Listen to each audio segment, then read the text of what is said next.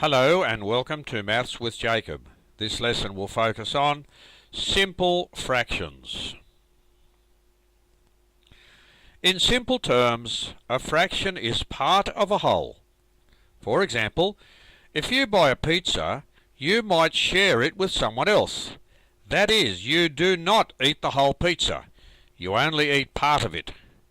Consider the above pizza.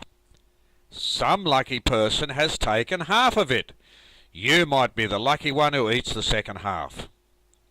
Writing fractions. For the pizza, we can write 1/2 in the following manner.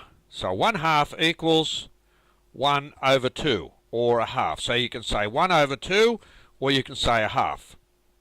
As you can see, a fraction has two main parts. The top number is the numerator. That's this one here. So that one there is called the numerator. And the bottom number is the denominator. So that one there, okay, that is what we call the denominator. The denominator tells us how many equal parts of the pizza we have in total, for example.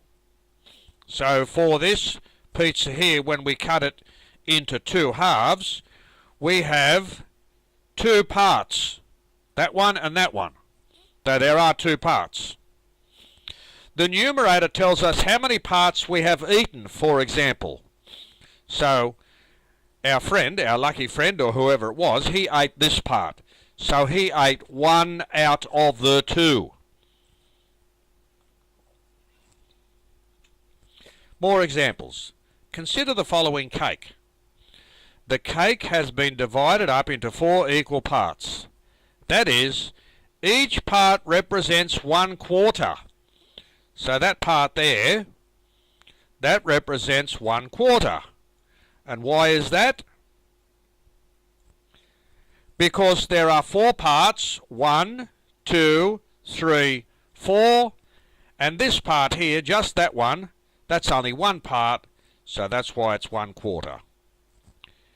If I eat one part, that represents 1/4 of the cake.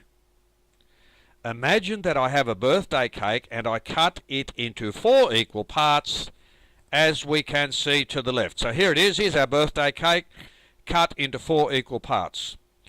2 of my friends visit me and we all eat 1 piece each.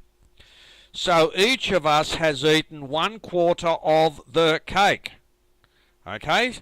So let's imagine, for example, we've eaten that part, and the other friend eats that one, and the other friend eats that one. Altogether, 3/4 of the cake has been eaten. Okay? So we eat those 3 parts there, and what's left? Well, 1/4 is left.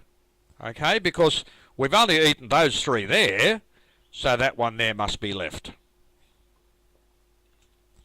Other simple fractions. For each of the following examples, what fraction has been shaded? Okay, now example 1. Let's see how many parts have been shaded. 1, 2, 3. That's that part. How many parts altogether? 1, 2, 3, 4. And that's that part there. Example 2. How many parts has been shaded? 1. There's the 1. How many parts altogether? 6. 1, 2, 3, 4, 5, 6. Example 3. 7 parts shaded. 1, 2, 3, 4, 5, 6, 7. 8 parts altogether. Example 4. 4 parts shaded. 1, 2, 3, 4. 5 parts altogether. And the last example, 7 parts shaded. 1, 2, 3, 4, 5, 6, 7.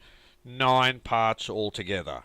So basically, in simple terms, a fraction is represented by 2 numbers, the numerator and the denominator. It's that simple.